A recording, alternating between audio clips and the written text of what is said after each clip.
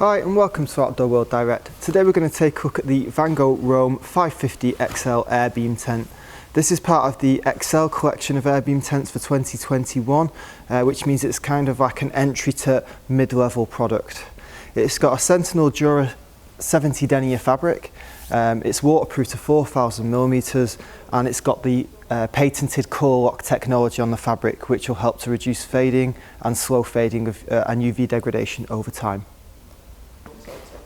So the tent has an Airbeam design, which means it's very simple and intuitive to pitch. Each beam is a standalone individual beam on the 2021 version. It's worth noting that the main change on this tent for the 2022 model is the colour, and it's also going to have the single point inflation on, which means you can inflate it from one point. However, this is the 2021 model, so each beam is individual and you would inflate each one individually. So it's a very popular design of tent this. It has a free zone system, so we've got a porch to the front, we've got the sewn in living space to the middle, and then we've got the midnight inners to the rear of the tent. It's designed to be a lighter weight family tent, so it hits 30 kilograms or just over 30 kilograms, and the pack size is 80 centimeters by 40 centimeters by 56 centimeters, so it'll go in most car boots quite comfortably. With it being a 70 denier entry to mid-level product, it's perfect for summertime camping, when, you know, fair weather summertime camping. That's kind of what this product is designed for.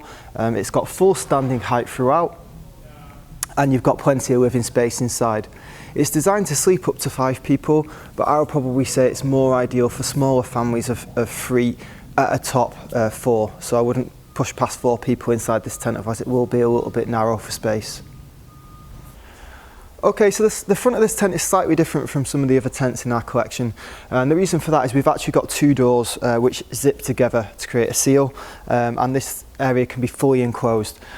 So with the 2 doors at the moment, we've left one up and we've put one down here. They're also canopy doors as well, so if you wanted to get some adjustable king poles, which are sold separately, you could actually use these doors as a canopy out from the tent to create a further waterproof canopy to the front of the tent.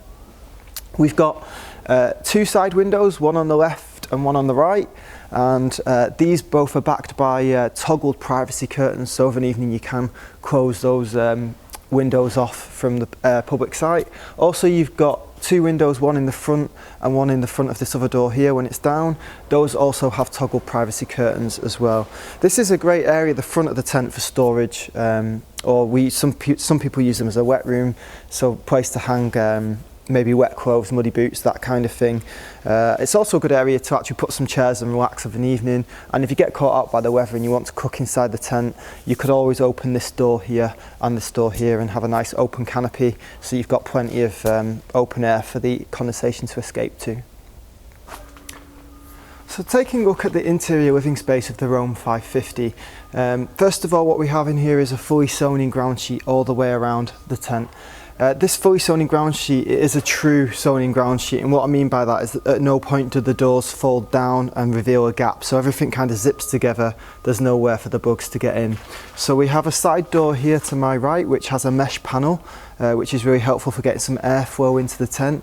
We've also got a waterproof door to the front here that doesn't have a mesh secondary panel because you have mesh windows just here and just here. These are again backed by toggled privacy curtains. You can see we've put the privacy curtain on this side, but this side we've just left the mesh window open.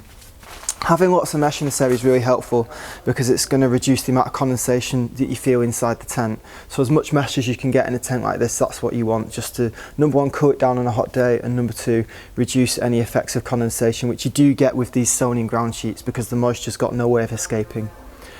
Further to this, if you do get caught in windy weather, you also have the tension band bracer system built into this, so this only really needs to be used in windy weather, and you just clip the bracer points in, and they line up to where the guy lines are on the other side, and you can just peg the tent out, and it just gives you a stronger structure.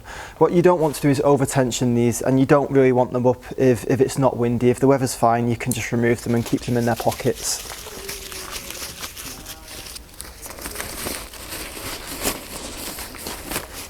Further to this, we have a window on either side. Both are backed again by privacy curtains which are toggled. We have a cable entry point down to my left hand side, just down at the bottom, so if you want mobile mains access in this area, you can add a cable through that entry point there. Quickly taking a look at the side area of the tent now. We have this very popular annex which seems to be appearing on more and more family tents. This is a great area for storage. You might want to put a wardrobe in this area.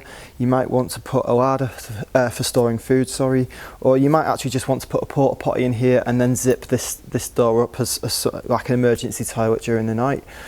Also, if we quickly take a look at this window which is just in shot, you'll see that you've got the curtains half toggled on it. You can either fully do this curtain down to the bottom so it completely reveals the window, or it toggles all the way up to the top as well, as so.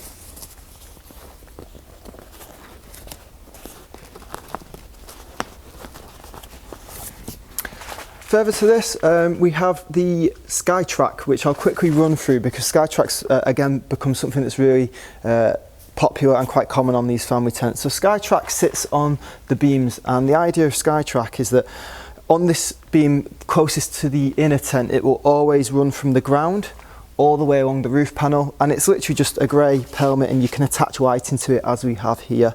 It's really useful.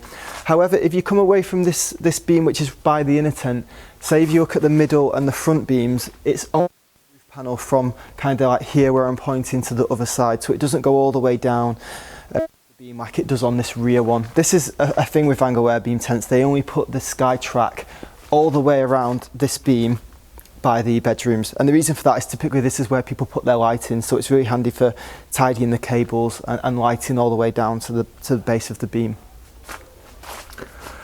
Finally, just to finish off the interior of the tent, we have the midnight inner bedrooms. So the midnight inners are Vango's darkest inner tent that they do.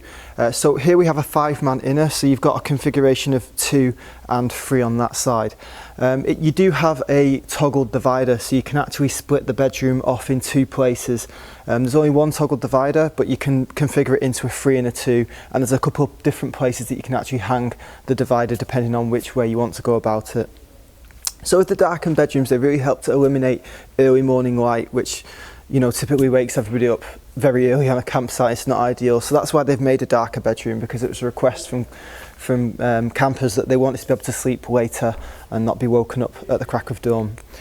Also on these inners, it's worth pointing out we have a mesh window panel here just to again aid breathability, but if you want to cover it, it's backed by a zipped privacy cover, so that you can just cover this up so that, you know, the mesh you can't see through the mesh once that's zipped up. The bedroom itself is a 210 centimetre depth. That means if you've got camp beds, that kind of thing, you are going to have to put them going out that way because it's going to be too tight for them to come out that way.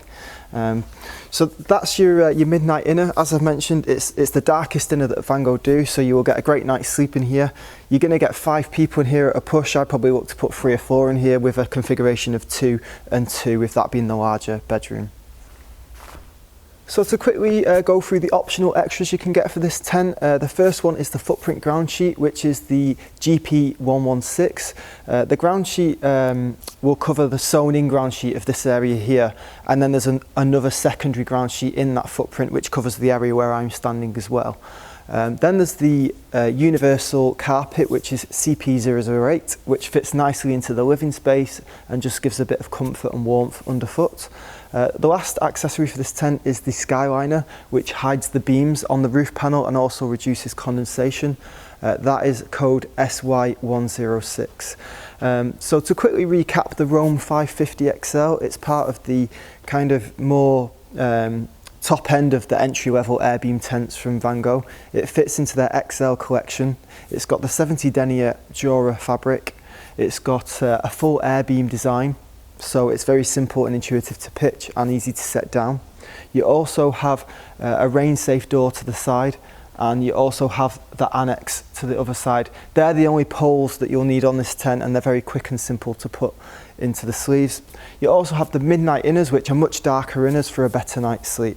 So all in all, it's a great purchase for someone, you know, wanting to get out in summertime camping, wants plenty of space and wants a lot of the great Vango features that we showed. Thanks for watching. If you have any comments, please drop them in the comments box.